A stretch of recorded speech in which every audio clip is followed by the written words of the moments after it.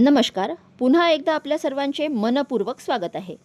राज्यातील सर्वच सरकारी, निमसरकारी कर्मचारी आणि पेन्शनधारकांना 60% दराने डीए वाढ कधी?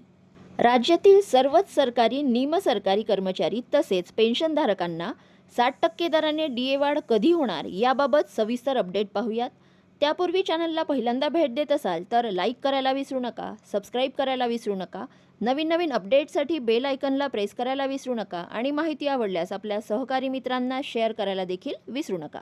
राज्यातील या कर्मचाऱ्यांना 60% वाढीचा जीआर. राज्य शासनाच्या सामान्य प्रशासन विभाग वित्त विभागामार्फत लागू केलेल्या निर्णयानुसार केंद्र सरकारच्या धर्तीवर दिनांक 1/1/2026 पासून अखिल भारतीय सेवेतील अधिकारी तसेच निवृत्ती वेतनधारक त्याचबरोबर राज्यातील न्यायिक कर्मचाऱ्यांना 60% डीए वाढीचा शासन निर्णय निर्गमित करण्यात आला आहे.